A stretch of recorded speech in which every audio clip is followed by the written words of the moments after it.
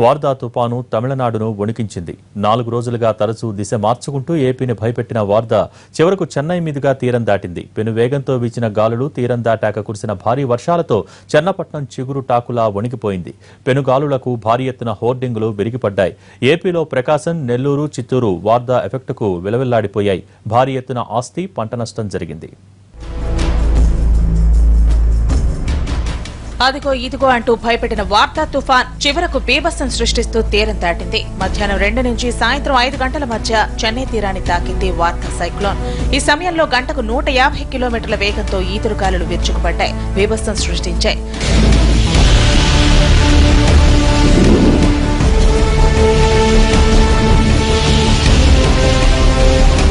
తుఫాను రాకతో చెన్నై నగరం వెలువెల్లాడింది. వందల కొద్ది చెట్లు విరిగిపడ్డాయి, హోర్డింగులు నేలరాలాయి.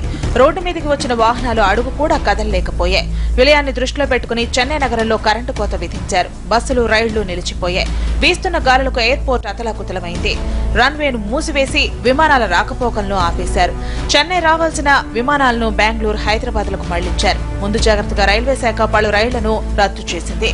చాలా చోట్ల చెట్లు విరిగి పట్టాల మీద పట్టడంతో హుటాహుటిన వాటిని తొలగించారు. సూళ్లూరుపేట సమీపంలో రైలు పట్టాలు దెబ్బతినడంతో విజయవాడ నుంచి చెన్నై వైపు వెళ్లే రైళ్లను గూడూరు, రేణిగుంట మీదుగా దారి మళ్లించారు. కల్పక్కో అణు విద్యుత్ కేంద్రం దెబ్బతింటుందన్న భయంతో అధికారులు అప్రమత్తంగా వ్యవహరించారు. వివిధ ప్రాంతాల్లో జరిగిన ప్రమాదాల్లో 2 చనిపోయారు. వార్త సృష్టించబోయే బీభత్సాన్ని ఎదుర్కొనేందుకు రాష్ట్ర సర్కారు, ఎన్డీఆర్ఎఫ్ బృందాలు రంగంలోకి దిగి భద్రతా చర్యలు చేపట్టాయి.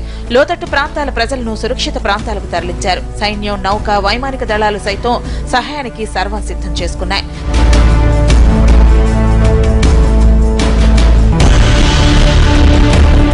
చెన్నై సిటీలో లోతట్టు ప్రాంతాలు, రోడ్లు జలమయమయ్యాయి. తీరంలో సముద్రం అల్లకల్లోలంగా మారింది.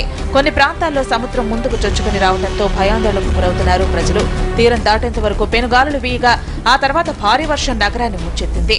ఈ తుఫాను ప్రభావం చెన్నైకి సమీపంలోని తిరువళ్లూరు, కాంచీపురం ప్రాంతాలపై కూడా పెను ప్రభావం చూపింది.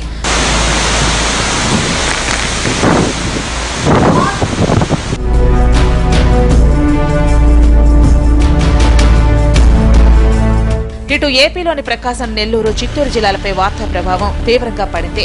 ప్రకాశం జిల్లాలో సముద్ర తీరం భారీగా కోసుకుపోయింది. భారీ ఎత్తున పంట నష్టం జరిగింది. నెల్లూరు జిల్లాలో పెద్ద ఎత్తున చెట్లు విరిగిపడ్డాయి. తీరంలోని పలు ప్రాంతాల్లో మత్స్యకారుల పడవలు కొట్టుకుపోయాయి. ఉప్పునీటి కయ్యలు దెబ్బతిన్నాయి.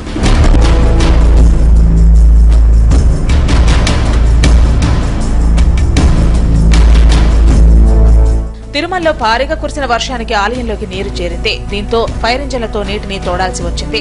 ఇటు కాకినాడ సమీపంలోని ఉప్పాడ వద్ద బీచ్ భారీగా ఎత్తున కొట్టుకుపోయింది. తుఫాను తీరం దాటినా దాని తర్వాత భారీ వర్షాలను కాచుకునేందుకు ఇటు ఏపీ ప్రభుత్వం, అటు తమిళనాడు ప్రభుత్వం అప్రమత్తమయ్యాయి. వార్తా ఎఫెక్ట్ తో వచ్చే 24 గంటల్లో కోస్తాంధ్ర, రాయలసీమ ప్రాంతాల్లో వర్షాలు కురిసే అవకాశం ఉంది. కడప, అనంతపురం, కర్నూలు జిల్లాల్లోనూ వానలు పడతాయన్నారు ఐఎండీ అధికారులు. వార్దా తుపాను చెన్నైలో పెను విధ్వంసం సృష్టించింది. తుపాను ధాటికి వీచిన ఈదురుగాలులకు పలుచోట్ల చెట్లు విరిగిపడగా విద్యుత్ స్తంభాలు నేలకొరిగాయి. చెన్నైలోని పలు ప్రాంతాల్లో విద్యుత్ సరఫరా నిలిచిపోవడంతో అంధకారం నెలకొంది. దీంతో చీకట్లోనే ప్రజలు బిక్కుబిక్కుమంటున్నారు. అయితే తుపాను తీరం దాటినప్పటికీ ఈ అర్ధరాత్రి వరకు భారీ వర్షాలు కురిసే అవకాశం ఉందని భారత వాతావరణ శాఖ హెచ్చరికలు జారీ చేయడంతో మంగళవారం ఉదయం వరకు చెన్నై విమానాశ్రయాన్ని మూసివేస్తున్నట్టు అధికారులు వెల్లడించారు. తమిళనాడులోని కడలూరు జిల్లాతో పాటు పొరుగున ఉన్న పుదుచ్చేరి వరకు వార్దా తుపాను ప్రభావం కనిపించింది. తిరువళ్లూరు జిల్లాలో పలు ప్రాంతాలు నీట మునిగాయి. కాంచీపురం, తిరువళ్లూరు ప్రాంతాల్లో భారీ వర్షాలు కురుస్తున్నాయి. తుపాను పరిస్థితిపై అత్యవసర సమావేశం నిర్వహించిన సీఎం పన్నీర్ సెల్వం అవసరమైతే ఆర్మీ సాయం కోరతామని ప్రకటించారు. పరిస్థితిని చక్కదిద్దేందుకు రంగంలోకి దిగిన ఎన్డీఆర్ఎఫ్ సిబ్బందికి స్థానికులు కూడా సహకారం అందిస్తున్నారు. మరో 2 గంటలు చెన్నై నగరంపై తుపాను ప్రభావం ఉంటుందని, ఆ తర్వాత 12 గంటలు భారీ నుంచి అతి భారీ వర్షాలు పడతాయని వాతావరణ శాఖ పేర్కొంది. సహాయ కార్యక్రమాలు వేగవంతం చేసేందుకు హెల్ప్ లైన్స్ ఏర్పాటు చేశారు.